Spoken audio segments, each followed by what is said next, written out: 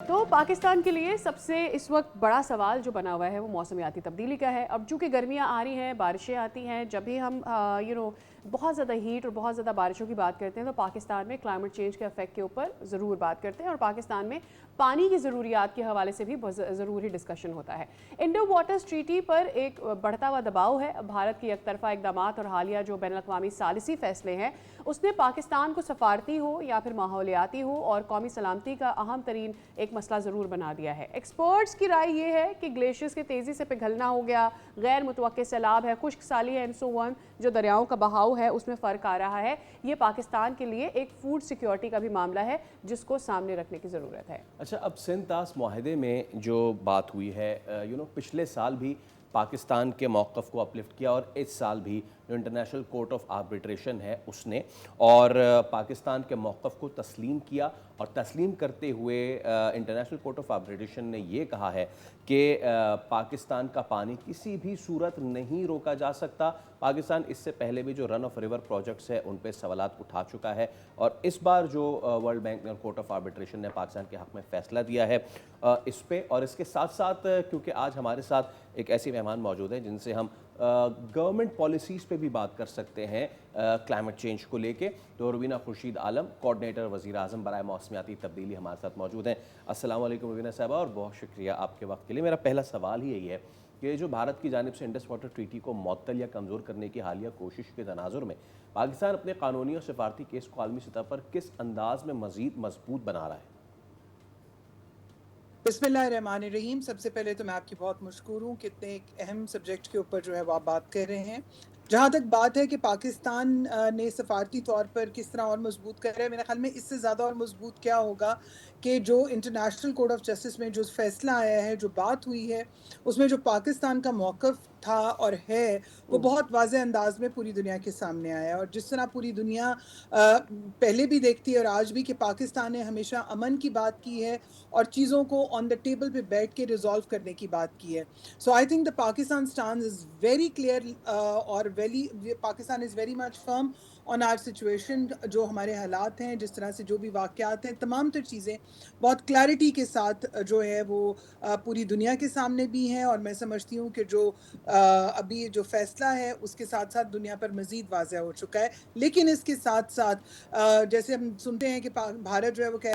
رہا ہے کہ میں نہ مانوں کہ ایک رٹ جو لگا کے بیٹھا ہے, تو اس سے میں صرف اتنا کہنا چاہوں گی کہ اس طرح کی حرکتیں کر دینے سے چیزیں جو سی ہیں وہ ان کے مطابق نہیں ہو سکتی. قانون سب کے لیے ایک ہے اور قانون قانون ہوتا ہے, اور اگر زیادہ کسی غلط فہمی کا شکار ہے تو بھی کچھ زیادہ دیر نہیں ہوئی مارکہ حق اور بنیان المرصوص میں.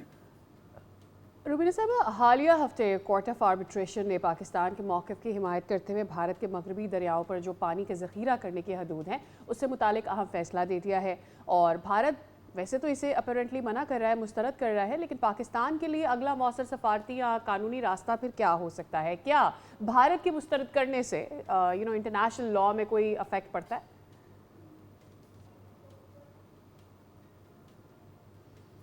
دیکھیے, پاکستان نے قانونی راستہ جو ہے وہ اختیار کیا, تمام تر انٹرنیشنل فورمز کو بھی انگیج کیا ہے. سو میں سمجھتی ہوں کہ Pakistan is very much on the right track, and the whole world know this in a very better way, کہ تمام تر لوگ جانتے بھی ہیں اور دیکھ بھی رہے ہیں. اور میرے خیال میں پاکستان نے جو اہم کام کرنے والا تھا وہ کیا, اور اس کا جو جواب ہے وہ بھی سامنے آ چکا ہے. سو اس سے بہتر اور سفارتی اقدام کیا ہوگا, اور سب سے بڑھ کر یہ کہ انٹرنیشنل کمیونٹی جو ہے وہ پاکستان کے ساتھ سٹینڈ لیتی ہے اور اس سٹانس کو جانتی اور دیکھتی بھی ہے. سو میرے خیال میں تمام تر چیزیں ہیں, اور اگر اس سے آگے بڑھ کر بھی کہیں پر کوئی بات کرنے کی کوئی ضرورت پڑتی ہے کچھ, تو پاکستان نو things for the right time, what to do on the right time, and on use which right forum we have to use. اچھا روبینہ صاحبہ, پاکستان تو پہلے ہی دنیا کے موسمیاتی تبدیلی سے سب سے زیادہ متاثر ہونے والے ممالک میں شامل ہے. ایسے میں پانی کے بہاؤ میں غیر یقینی صورتحال جو ہماری فوڈ سیکیورٹی ہے, زرعی معیشت ہے, کس حد تک متاثر کر چکی ہے یا کر سکتی ہے؟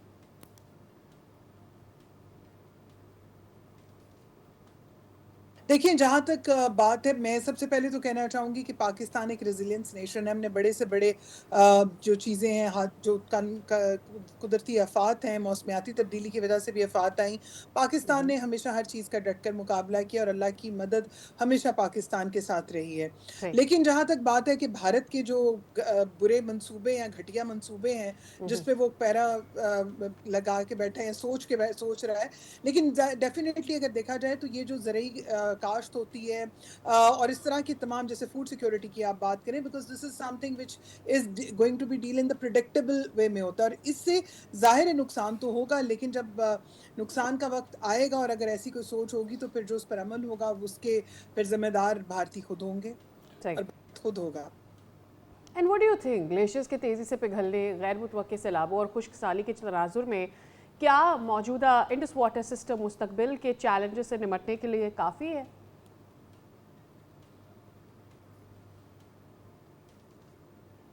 دیکھیں جہاں تک انڈس بیسن کی اگر ہم بات کرتے ہیں تو ہم سب جانتے ہیں کہ it works like a back bone, اور اسی وجہ سے یہ جب ٹریٹی تشکیل دی گئی، اور ہم سب یہ بھی جانتے ہیں کہ بہت سارے پہلے اگر مشکل کبھی وقت آئے یا کوئی حالات اس طرح کے ہوئے تو اس کے اندر یہ ٹریٹی جو ہے وہ بڑے پر امن طریقے کے ساتھ تب بھی چلتی رہی. لیکن ابھی خیر جس طرح سے بھارت کے پاس چونکہ شاید کوئی اور حربہ موجود نہیں ہے، کیونکہ بھارت نے ہمیشہ پاکستان کے نام پر ہی سیاست کی ہے. جب بھی ہم نے دیکھا ہے کہ وہاں پر الیکشنز کا وقت آتا ہے تو وہ اس قسم کی گھٹیا حرکتیں جو ہیں وہ کرنا شروع کر دیتے ہیں. لیکن جہاں تک بات ہے اس انڈس بیسن کی اور گلیشیئرز کے میلٹ ہونے کی، تو دیکھیں بات اسی لیے کہا جاتا ہے پاکستان نے ہمیشہ ریجنل کوآپریشن اور ریجنل سولوشنز کی بھی بات کی ہے، یس. کیونکہ اس سے امپیکٹ، کیونکہ جو کلائمیٹ چینج ہے یا موسمیاتی تبدیلیوں کا جو اثر ہے وہ کسی ایک پر نہیں ہوتا، وہ سب پر ہوتا ہے. اور ورنیبلٹی کی اگر ہم بات کرتے ہیں تو پاکستان، ہم سب جانتے ہیں کہ the reason Pakistan and so many other countries جو ورنیبل ہیں اس ٹائم، وہ کن لوگوں کی وجہ سے ہیں. سو دس از دا رائٹ ٹائم کہ تمام تر لوگوں کو ایک دوسرے کے ساتھ کھڑے ہو کے ریجنل سولوشنز اور کوآپریشنز کی طرف جانا ہے، کیونکہ آج اگر پاکستان ہے تو کل کوئی اور بھی ہو سکتا ہے. So we have to work on it very properly, اور پاکستان اس پر پورے طریقے کے ساتھ under the leadership of the honourable prime minister جو ہے وہ کام کر رہے ہیں. اس میں صوبے بھی جو ہیں اسی طرح سے مل کر جو ہے وہ اسٹرانگلی ان چیزوں پہ کام کر رہے ہیں. الگ. اچھا روبینہ صاحبہ، کیا پاکستان نے جو واٹر ریزروائرز ہیں، ڈیمز ہو گئے، یا ایون جدید واٹر مینجمنٹ ہے، اس کے حوالے سے جو ہم نے ماضی میں غلطیاں کی، کمزوریاں جو ہماری، اس سے اب سبق سیکھا ہے، یا اب بھی اس حوالے سے کوئی بڑے گورننگ چیلنجز ہیں؟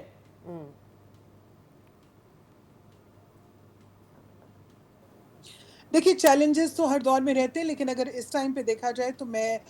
بڑے وثوق سے کہتی ہوں اور سمجھتی ہوں کہ اس ٹائم جو گورنمنٹ ہے وہ تمام تر جو صوبے ہیں وہ اس چیز کو دیکھ رہے ہیں، because this is right now. جو ماضی میں ہو چکا، دیکھیں میں اس کے بارے میں تو بات نہیں کرنا چاہتی، کیونکہ ڈیفینیٹلی کس نے کیا کیا یا اس بحث میں پڑھنے سے بہتر ہے کہ ہمیں اب آگے کس طرح سے مضبوطی کے ساتھ چلنا ہے اور ایک دوسرے کے ساتھ مل کر چلنا ہے. اور اس میں سمجھتی ہوں کہ تمام تر صوبے جو ہیں وہ الائن ہیں، اور انشاءاللہ بہتری جو ہے، کیونکہ یہی حل ہے کہ ہمیں ایک دوسرے کے ساتھ مل کر آگے چلنا ہے اور چیزوں کو اسٹرانگلی مینیج کرنا ہے، بیکاز اسی میں ہم سب کی بقا ہے اور بہتری ہے. کیا لگتا ہے روبینہ صاحبہ، اکارڈنگ ٹو یو پاکستان کو فوری طور پر کون سے 3 بڑے اقدامات کرنے چاہیے تاکہ جو پانی ہے، ماحولیات یا پھر قومی سلامتی کے مشترکہ چیلنج ہے اس کو مؤثر طریقے سے نمٹا جا سکے؟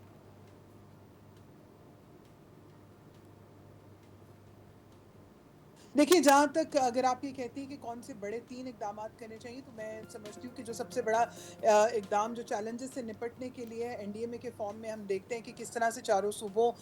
میں جو پاکستان کا جو سب سے اسٹرانگ 2022 میں جب سیلاب آیا، بدترین سیلاب آیا، اور اس کے بعد جیسے این ڈی ایم اے کو مارز وجود میں آیا اور ایکٹیولی آج اس کا جو ارلی وارننگ میکانزم ہے جو کہ آنریبل پرائم منسٹر کی under the leadership of his and his vision میں تب بنا، that is also something which is very strongly. اور اسی طرح we need to work more on our reservoirs. اور اسی طرح میں سمجھتی ہوں کہ اس ٹائم یہ کہنا کہ یہ کرنا چاہیے، یعنی دس is not my, I can't say on that. The most important thing کہ ہمارے جو ایکسپرٹس ہیں along with the water کو جس طرح سے میں مینیج کرنا چاہیے، for that matter of effect the expertise of all the experts we need to engage, اور جس میں پاکستان کے لیے زیادہ سے زیادہ بہتری ہو سکتی ہے، میں اس کو کرنا ہے. تو اس لیے بہتر ہے کہ اس ٹیکنیکل سوال کا جواب ہم ٹیکنیکل طریقے طریقے کے ساتھ دیں تو وہ زیادہ بہتر ہے. لیکن میں آپ کو یہ ضرور کہنا چاہوں گی کہ جیسے اگر میں آپ کو یہ بتاتی چلوں کہ ریچارج پاکستان کا جو ایک بہت بڑا پروگرام اسی قسم کے چیلنجز سے نپٹنے کے لیے جو ہے وہ بروئے کار لایا گیا, اور یہ ایک بہت بڑا پروگرام ہے جس کو منسٹری آف کلائمیٹ چینج نے under the leadership of the honourable prime minister میاں محمد شہباز شریف کی لیڈرشپ میں جو ہے ہم نے اس کو کیا, اور اسی طرح سے صوبوں کے ساتھ جو ہے وہ کس طرح سے انگیجمنٹس کرنی ہے, ڈیمز کو کس طرح سے لے کے چلنا ہے, کسانوں کو, لوگوں کو. So there are not, you can't say کہ 3 main things, there are several things جو کہ ایک دوسرے سے ریلیٹڈ ہیں اور ان کا ہونا بہت ضروری ہے. ٹھیک ہے, بہت شکریہ روبینہ صاحبہ.